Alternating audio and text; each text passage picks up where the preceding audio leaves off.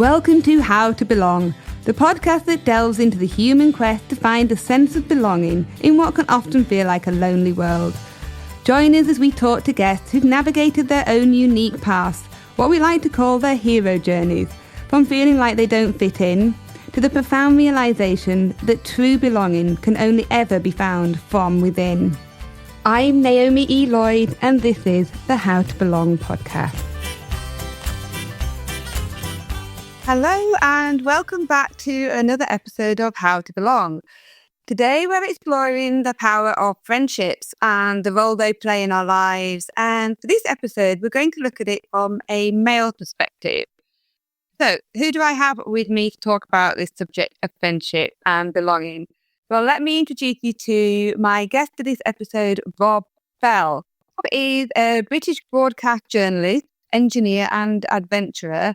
He's also the co-host of Sketchplanations, a podcast he started with his two closest friends, John O'Hay and Tom Pellereau. Hope I've got those names right. I'll check with them in a minute. It's an amazing podcast. They tackle big ideas, one sketch at a time, with curiosity, creativity, and most importantly for this episode, a strong bond of friendship. So Rob, welcome, and thank you so much for being here today. Hello. Hi, Naomi. How are you doing? I'm good. I'm very glad to be talking to you today. I think it's a really powerful subject, and you certainly seem to. I'm almost going to put you in the expert thing for this one because you seem to have nailed it when it comes to friendship. So I think it'd be really good to hear your perspective. Let's explore how expert I am. Yeah. Okay, let's do that. So should we start with Sketchplanations, because that's a podcast that you have with two of your friends, and it's such a big part of your routine with your friends. Can you tell us a little bit about how that podcast or your friendship has evolved around that podcast and the story behind it?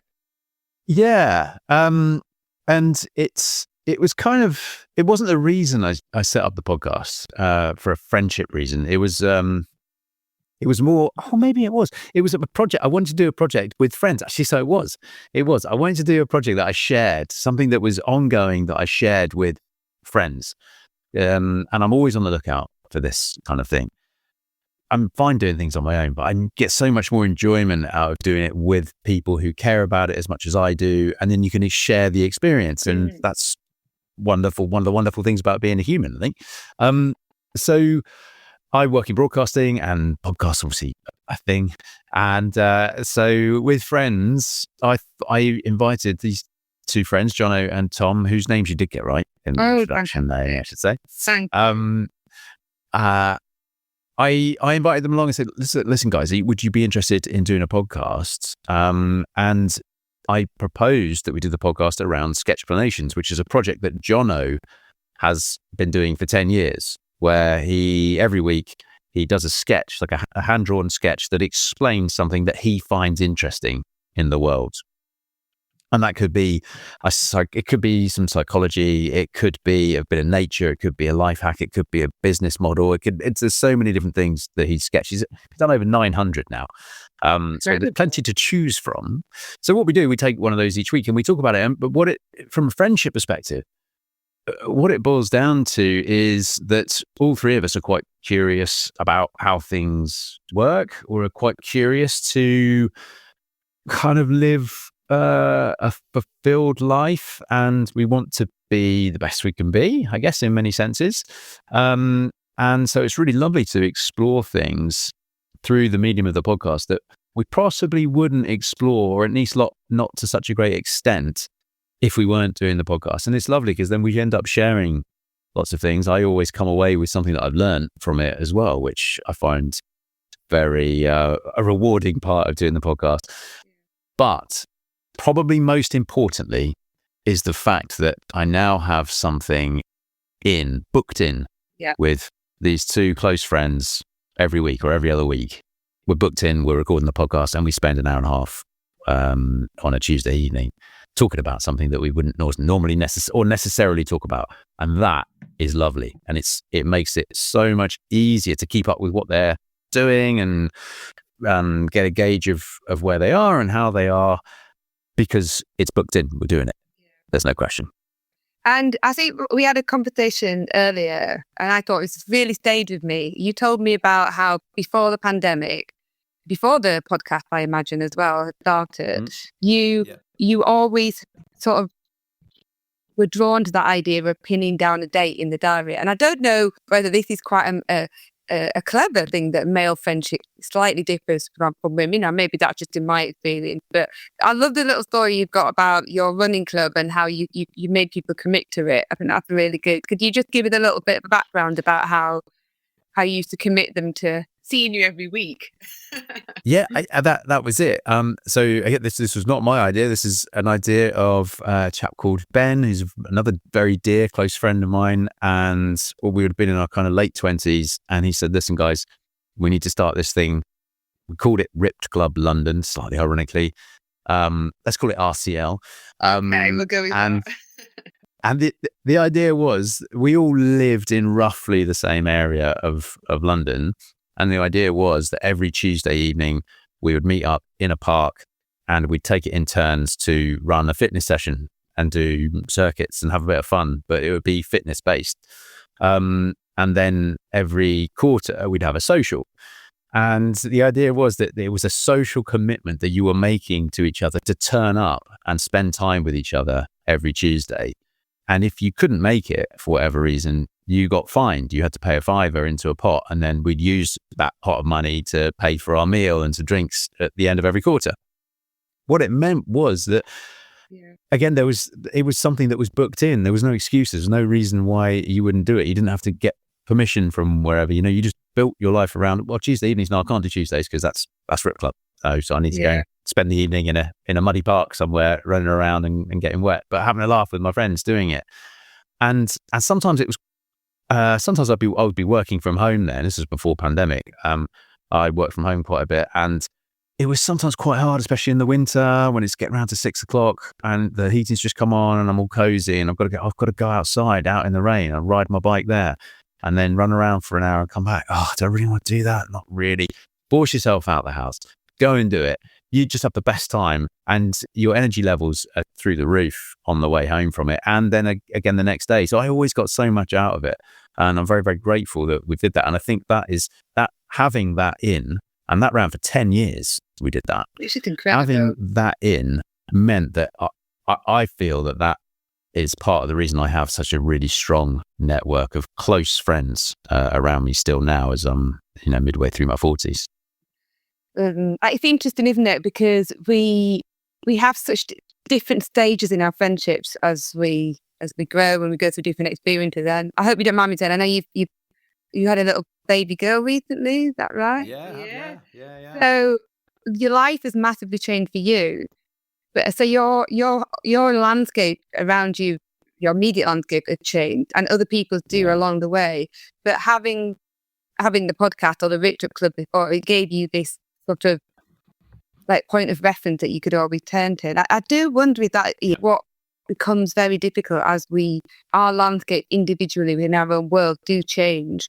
And that's what can make friendship difficult. You move away.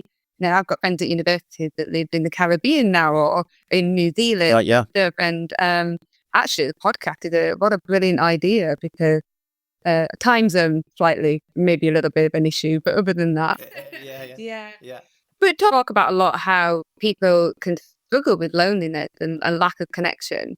Do you think men face this in a particularly difficult way, potentially, this idea of not always being able to talk or reach out to their friends? Or is it easy if you can find a different way around it, whether it's drinks at the pub or whether it's talking about sketches on the podcast?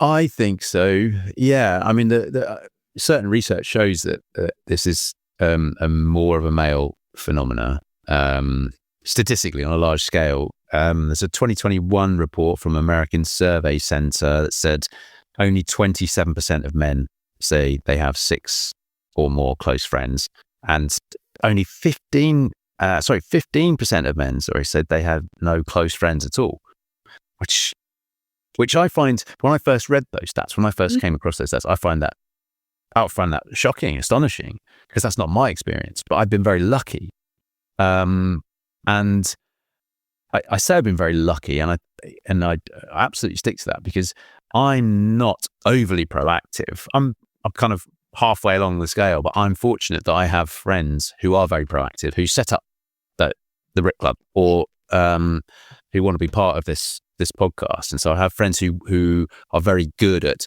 getting stuff booked in. And in fact, we're talking about this recently on the podcast, how what was it? It was called the bystander effect. Okay. How so the theory is that you're less likely to intervene in a situation if there are more people around. So someone faints in the street. If there are lots of other people there, we're less likely to intervene if there are other people around. You go, someone should probably do about that. Someone probably will. And I'm like that on WhatsApp groups. Friend WhatsApp groups. So when you're like, oh yeah, we should really meet up. We should really do something before Christmas. And I'll go, yeah, sounds great. Yeah. And I'll leave it at that. It takes the proactive friend to say, sounds great. Here's a poll of dates. When can everybody do? And let's get it booked in. And I'm really lucky that I have friends who do that. Do they ever get annoyed with you because you're not doing it then? Do you ever find that? Sure. It's not necessarily. Come on, Rob. It's not necessarily an annoyance. It's more of an expectation of me and a couple of others where they have to give you a nudge and say, come on, do the poll. Oh, yeah, of course. I'm sorry. Because I benefit so much from it. And there's no reason that it's not that I don't want to be there. I definitely do. What did you ask me? Sorry. It's my fault. I'm laughing at myself on this. Yeah. It was a very long-winded question. So totally on my, I was asking really, if, as the landscape change around us as we grow older, move away and things like that, you've had a baby, and yet it could, for many people, that's when it can go a bit awry because it really can. And you somehow are managing to keep this going. And I think that's what hopefully be good to talk about it, because it's really important that people have this, and it's really great that you had a baby and it hasn't changed that dynamic with you. Well, so I think I'm quite lucky that I've had my first baby quite late on in life, because I've got this network and I've got these mechanisms set up already. I can definitely see now, having to provide childcare, I can definitely see now how it would be so easy to just go, there's too much on here. There's too much on within the household. I can't go and take 2 hours to go and run around in a park. I can't do that. I need to be here. I need to be helping out. I need to be looking after the baby. So I can definitely see how things like when you start a young family, maybe pressures at work and having to spend more time in the office, and just getting home is that's all I want to do. And then I've got to get up the next day and do it again. There's this time in life where, if your parents are still alive, that can start to become another element that takes a chunk out of your time. So I can easily see how your friends just get bumped down the priority list, and that's a reality. So I definitely see how it is a case, how it is something that happens. It's really interesting. I like what you said there about you had mechanisms set up. That's a really interesting way you said it, because you have. I do. Interestingly, and I did check with my husband, it's okay for me to talk about it before I came on here, but when I first, I'm from you have to check these things in relationships, don't you, particularly in your podcast. So I'm from, you might be helping Matt, I'm from Yorkshire originally, and I moved down here when I was about 22, and I met my husband, and I've been living in, now I'm telling my age, I've been living in Portsmouth for over 20 years. But when I first moved down here, my husband had all these mechanisms set up that I didn't have. Yep. Immediately. And his was a Wednesday night. He was every Wednesday night. And I'm not proud of it, but I remember feeling a little bit envious at the time, because I had nothing to start. I had to just sort of find my friendships here, or I would be driving up to Guildford or London in the evening to try and pin down my friend that was still in London or wherever, and he had the mechanism set up every Wednesday night. And how am I ever going to get a Wednesday night or a Thursday? Are we taking the best night of the week? And then when children came along, that was always a bit of a sort of running joke that you've got the best night. Obviously now I can see how I'm so glad he had that, and I think it's really important. And I don't think I've ever had a regular evening like that. don't know if we can do things slightly different or it's just personality. But I think what you said is really true. And maybe that's why we look at things like clubs and communities, or whether it's a podcast, because it gives you a time and a date. Do we need that as humans? I definitely benefit from it. And I think, and this is anecdotal, this is my experience, and from what I've observed, is that I feel that a lot of the time I spend with my friends and what I see in others around me, I feel that males, I may be wrong, I feel that males tend to base their time together around an activity or an event. And I'm not sure if that's as much the case. Not for me, no. It's usually let's go for a drink or something, or or lunch or drink or dinner or which is an event, but it's not necessarily something. Whereas say with the Rip Club last year, that was a Tuesday night, and it was going out and doing fitness. Now it's a podcast, which is kind of an event in itself. But if I'm meeting up with friends, I'm typically going for a run with them, or we're going to go play golf, or we're going to play tennis. There's going to be some kind of activity, or we're going out to a gig. There's something that it's based around. It's not just going and meeting them for a drink or a coffee. Sometimes, but not as much. And I wonder if there's a difference there in how that kind of forces us as males to because it's not essential that you would go out for dinner with a friend, right? It's not an essential thing. It's not essential. For me, I really feel like I need to go for a run, but if I'm going to go for a run, I want to do that with a friend, because I don't like running on my own. I don't really like running. I just feel like I have to do it. So I'd go and do that with a friend, and that makes it easier for me to go and do it, and I have that shared experience. So I wonder if there's something there in that basing time around friends whilst doing something that definitely helps me make it more of a planned activity. Well, that makes a lot of sense to me when I think about how when I go away with a group of girls, we may well have some activities planned, but I would say compared to when my husband goes away with his group, the whole thing is a one big activity. And sometimes I hear about it and I think that sounds gruesome. Like, why would you do that? It just sounds like quite an ordeal. It sounds tiring, but it's just a different way that maybe we choose things. I think it's very fascinating. Well, do you know what? So I feel that doing it's very hard to talk in generality. Yeah. Make it work. Generalities. So that I'll put a specific example on this. I quite like doing endurance races, and I'll book, and so that. And I typically love to do 2 or 3 in the year. So they are events that are happening on certain dates throughout the year. And I've got a group of friends who I know also like to do that. And so because I want to make sure that I get a couple of events in, I will, right guys, come on, are we doing this year? I'm up for it. Yeah, okay, great. Let's get it booked. Let's get the travel booked. Let's get accommodation booked. Let's book into the race. So then there are those points throughout the year. But then that means training for those events. And that means that I'm then going to train with those people as well. So one of the events I love doing is swim runs. It's outdoors, it's open water swimming and running kind of combined. And which means that at the weekends when the weather's slightly warmer from April onwards, we're down at the lake and we're spending 2-3 hours swimming and running together.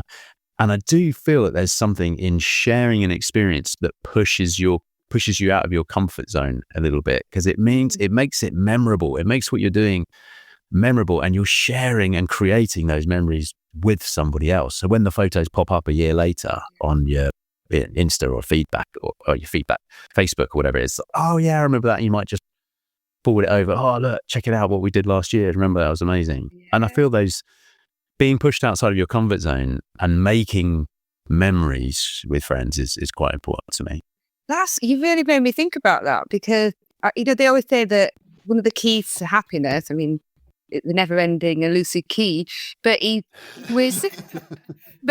that humans need novelty, and novelty is so important. And I guess in a way that's what you're always kind of bringing into the mix when you're doing these things. I mean, I went to Dubai a few weeks ago with my childhood friend, and now we'd never been away abroad together, and I did not stop laughing the whole time, and I knew I would, and it really did transport me back to. And I remember one point where we had one like little victory bit, and we couldn't stop laughing even after that, because I'm sure we've had this conversation like when we were about 15, like all these years ago.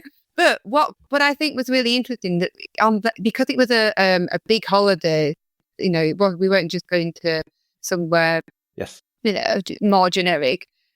We had a full packed itinerary. There was so much novelty in it. We went and did June bashing, which I absolutely hated, and she couldn't stop laughing because she knew I hated it, and it was just brilliant because we kept saying to each other, we're making amazing memories here. This is interesting. You're making me really think about how perhaps I should try sort of bring novelty and experiences into the friendships a bit more and plan events. And you're making me really think about that. There's no, go on. No, please. I want to hear from you. Well, there was that. So you talking about going away with your friend there makes me think of another mechanism that I've got in with another group of friends. There's 7 of us, and we're all university friends actually, but we're all born in the same year, and so we all turned 40 in the same year. That was the big thing. And so when we were about 33.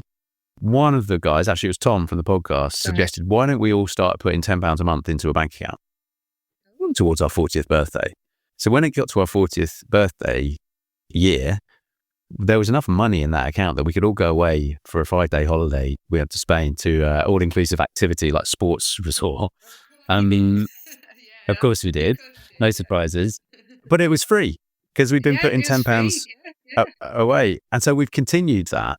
We've now upped it to £20, I think, every month, and every couple of years. We kind of need. There you go. That, otherwise, what can you get? Yeah, it wouldn't be free if you did £10 now.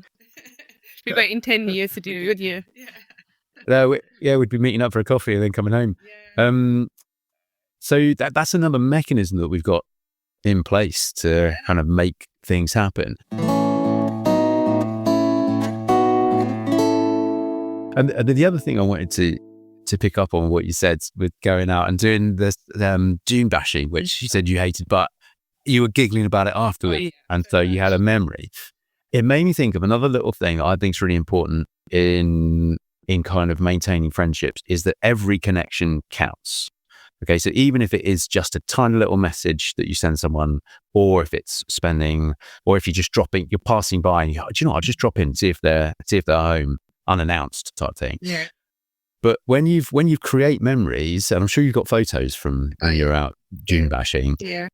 When in a year's time that photo comes up on your feed, just a little sending it across to your friend and saying, do you remember this? Wasn't it amazing? We need to do this again sometime. That kind of thing. That tiny little connection, even if it is just one message that doesn't need to go anywhere, it's not a conversation, it's just touching base with them. I feel they're really, really important. And so what I tend to do is, for whatever reason, I'm walking down the street and I just think of my friend and say, do you know what? I haven't spoken to them for a little while. Just leave me a little voice note, 20 seconds, just checking in. And I find that I always feel lovely about that. And then typically I'll get something back, and I've just created a little conversation, and I'm not looking to take it anywhere. Those little connections, I feel that, every connection counts. It does. And sometimes I find if I receive a message and I've had a bit of a day, and just somebody reaching out makes all the difference. And we keep talking about it a lot more. Just in the whole world, I think we're starting to talk a lot more about how important these connections are. But I think it's really lovely hearing you've got some really brilliant. I'm going to keep saying mechanisms because I feel like that's going to be in my head now.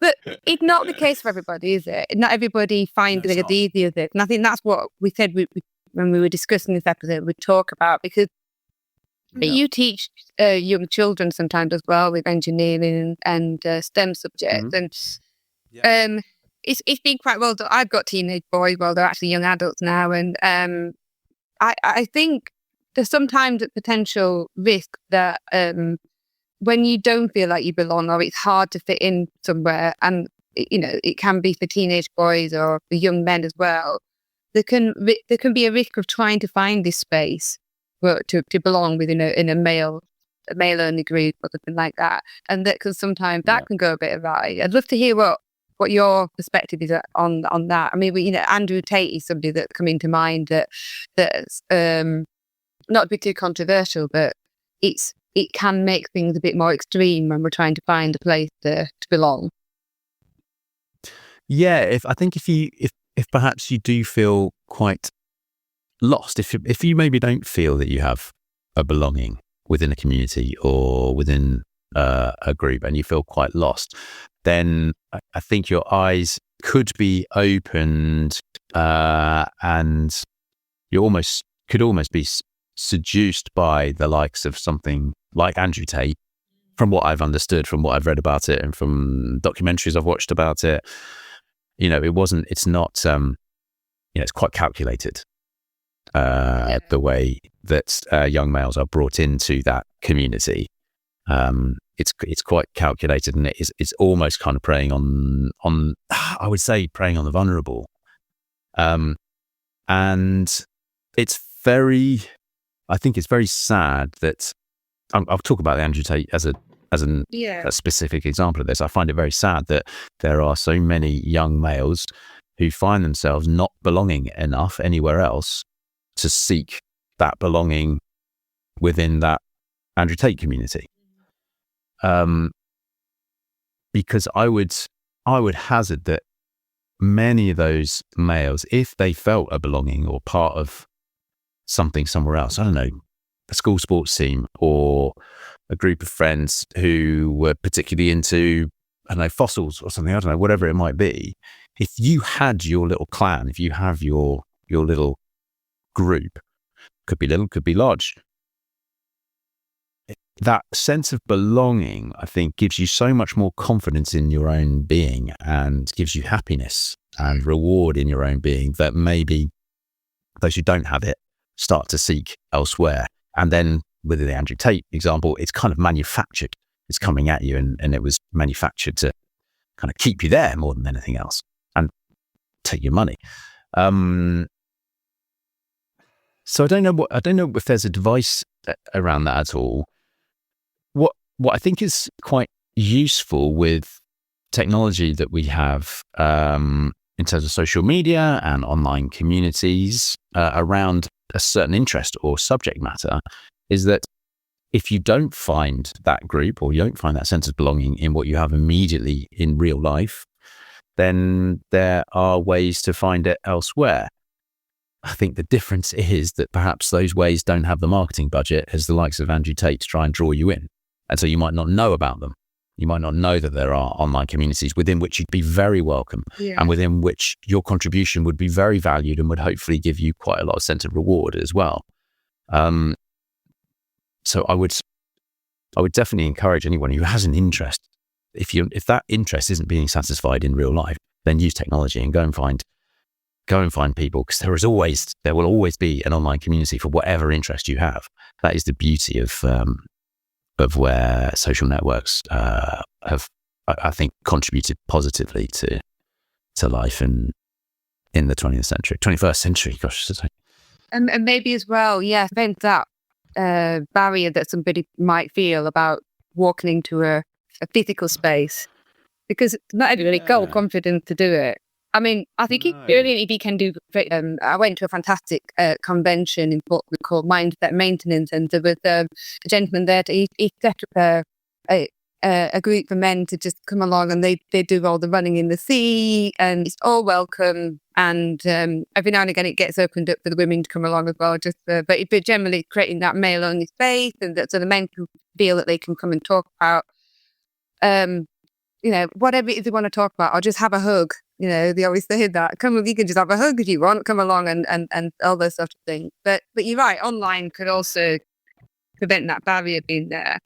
I think so, and I think you're right in that for a lot of individuals, let alone male or female, if you are just quite reserved as a person, going along to a group that already exists where there are relationships already established between other members of that group, it could feel quite intimidating. I totally understand that. I'd probably feel that in many ways as well. So maybe the online presence is a way to just get started. But I would agree with you, Naomi, in that I would always advocate kind of real life over anything in the virtual or online world. But I agree. I would absolutely. But I do think it's hard. And I'm somebody generally, I usually find it okay to go into. I'll go to networking groups. I'll walk into a big room and go to a group. I have to do that part of my job, my marketing job anyway. But even so, that sometimes going into a club or a community where everybody's saying hi and they all know each other, it can still be intimidating. For anybody, it can be, because you just want to immediately walk in and feel welcome and feel it's okay, and that you don't have to go through the whole rigmarole of getting to know everybody and hope that they like you or you don't overshare. That might be something I worry about. Don't overshare. Don't do it. Don't do that thing that you always do. And you spend all night. I feel like oversharing. I do. But oversharing, I feel, is so much better than holding everything back. I'm putting in the middle, but I'm possibly, if I'm oversharing, I'll do it consciously. Because I have friends who do, let's call it overshare, just naturally. And I think it always brings so much more interest into a conversation. Yeah. It's so much more interesting if somebody overshares something, or it's so much funnier if somebody overshares something in that way. Or if it's not funny, it's just interesting. It makes it more real from oversharing. So I'm probably conscious. I've probably become more conscious in the last, decade or so, that I probably don't share. I'm not going to overshare. I don't share enough. And so I'm now, I think it's come from conscious. It's become now an unconscious competence to share things more. And I'm really pleased about competence. That's quite a mouthful, but a good one. Yeah. Well, it moved from it's one of those 2x2 matrices where you've got if there's something that you do that you want to change, and we call it an incompetence in something, and it's an incompetence in something but you don't realize it. So it's an unconscious incompetence. And if you want to improve that, where you want to get is to an unconscious competence, where you're just doing it automatically. But to do that, you need to go through being aware of being incompetent and then being aware of trying to be more competent at it. But then hopefully through that process, you get to the point where it's an unconscious competence. I love that. I'm going to write that down. There's a Sketchplanation on it. We've not done a podcast on it. Sketchplanation. Do we know what episode that is? Oh, we'll go. We've not done a podcast on it. Yeah, this is the thing. John has got 900 sketches. We've only done about 60 podcasts so far. But there's a sketch on it somewhere. Yeah, well, it's on sketchplanations.com. Okay, that's fascinating. Absolutely, yeah, that's really good. Well, it's interesting, right? Using the word oversharing. That's just what I threw in. But we often talk about banter. And I love to hear your view on this, because if you can join in banter, and I don't just mean male banter, it might be in an office, it might be in different, all genders, across all genders. But if you are somebody who's really good at banter and really good at joining in with it and not getting offended or just having how to sort of just strike it just right so that you don't go too far, then are you somebody you think is more likely to find it easy to fit in and belong because let's face it, people like people that are funny, and we like it if we can be part of something funny. It's always going to help you get into a group. But if you're somebody who doesn't find banter easy, I mean, I have to say sometimes I do struggle with banter. I think partly it's my hearing loss. I rarely bring that card out, but I do sometimes think in certain environments I might miss the last bit, and I'm like, my comeback's going to be rubbish because it'll sound like Chinese whispers. I've misunderstood it. But it just made me, and I'm very aware of that I feel like I need to get better at banter and not be offended. Okay. So I'd love to hear your view, because men seem to be really good at it. I mean, the things that I hear men say to each other, I think, if you said that to a woman, it's like, we had a party, and I think somebody came in and sort of said one of the guys said to another guy, like pointed at his belly or something and made a joke about, "Oi, how many beers have you been?" That's okay. Yeah. You wouldn't do Yeah. that. I don't think, certainly not in female groups. But that would, yes. Even because I was going to say there, that party that you explained there, that situation that you say there, those two males, obviously, to me, it sounds like they obviously knew each other. Yeah, very right. Well, yeah. and how to have a friendship, have a relationship. But you're saying that even at the same level of relationship and friendship between women, that wouldn't happen. Probably not. Probably not. I don't think so. I can't think. Probably the only person that could ever banter with me like that would be that friend I went June bashing with, because I've known anything to a baby. But even then, I don't think she would ever comment on my weight or something like that. Never. See, that's very funny, because I feel that with men, like physical appearance is often the situation. But physical appearance is a subject of banter amongst friends who know each other very, very well. Yes. And because now I'm now acutely aware of the things that I am. I'm acutely aware of the things that I get taken the mickey out of in my appearance, as well as what. No, I don't mind at all. It's just it's funny, and I don't take offense. From it at all. But I feel banter has very different degrees, and not every male is good at banter. I wouldn't class myself as being great at banter. I have friends who are great at it. They tend to be very quick thinkers, so it's just quips, and it's basically just little quips. I've been in some environments, and interestingly, it was an all-male environment, where the level of banter was so, I was going to say high, but I don't mean that in a positive way. I mean, the volume, let me say the volume of banter was so high. It's almost that was almost everything. That was almost the entire way that they communicated was through banter. Right. In which case, nothing was ever really said. Okay. Because banter is just throwaway quips. Yeah. In my mind. And so if you're communicating entirely through banter, you're not actually really saying anything. You're not scratching anywhere deeper than just below the surface. And I find it exhausting to be in environments like that, and quite boring, actually. I don't really want to be part of that. A little bit of banter is great fun. A little bit of Mickey taking is great fun, and I enjoy that a lot with my friends. I actually enjoy it with strangers sometimes as well. Not Mickey taking anything personally, but just suggesting up something that's a bit lighter, I feel can often then soften any awkwardness in anyone that you're meeting for the first time. If something's happened in the room, it's quite nice to just reference it, or I don't know, they drop something on the floor, to call them butterfingers or something like that. I find that is quite nice to just soften in. But I'm not going to carry on with banter. It's important to get into your meaningful.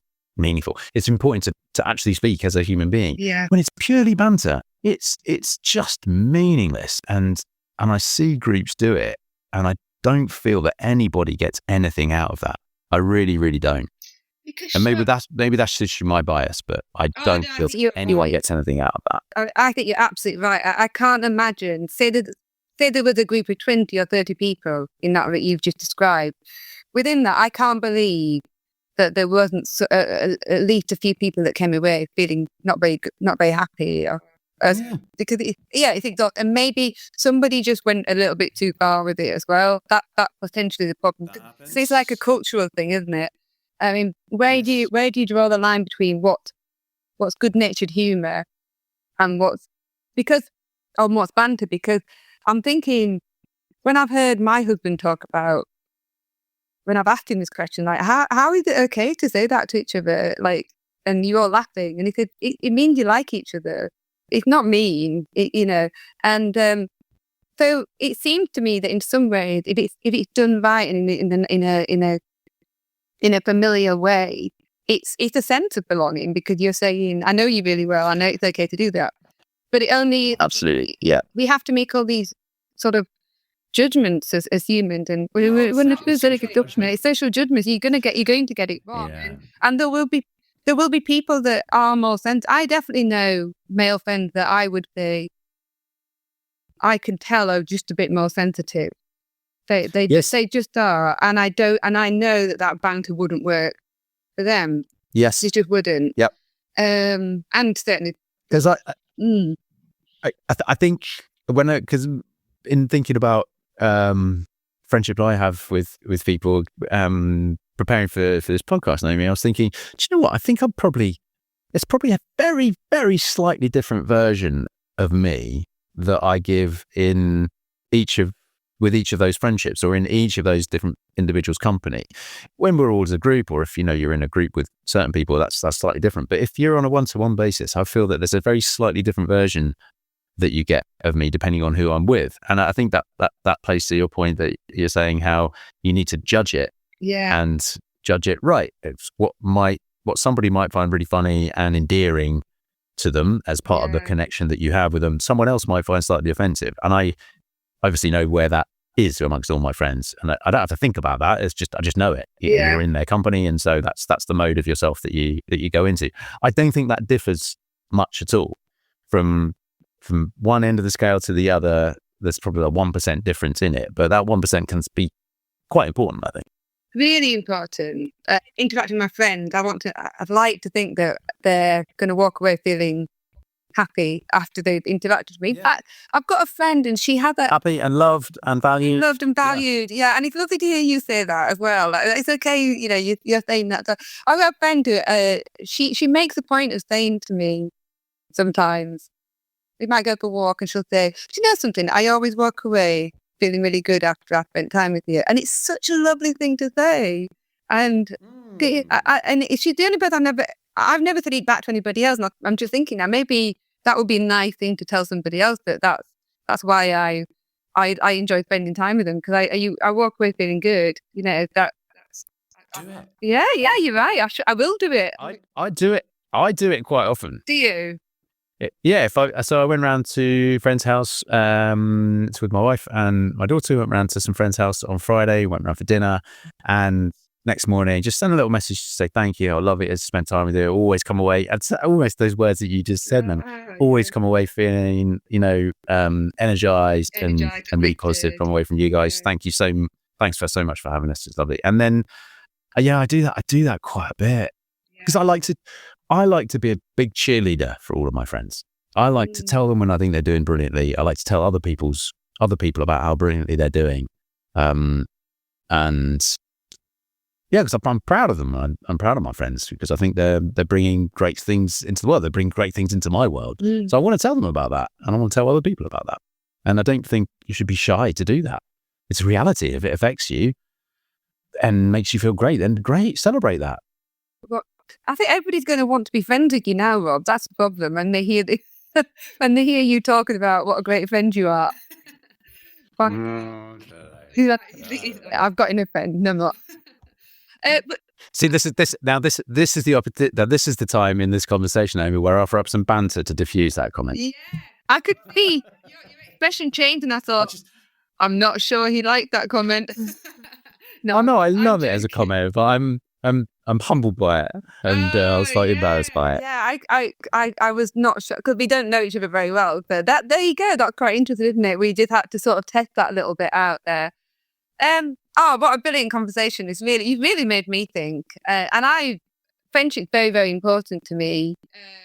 But it can be complicated sometimes. When fall comes along the way. I mean, things shifted for me after my mum passed away. Just it's hard to explain. Shifted how? In terms of the relationship you might have had with your friends? With some of them, yeah, definitely. Yeah. And I actually turned to some Greek podcasts to try and understand that.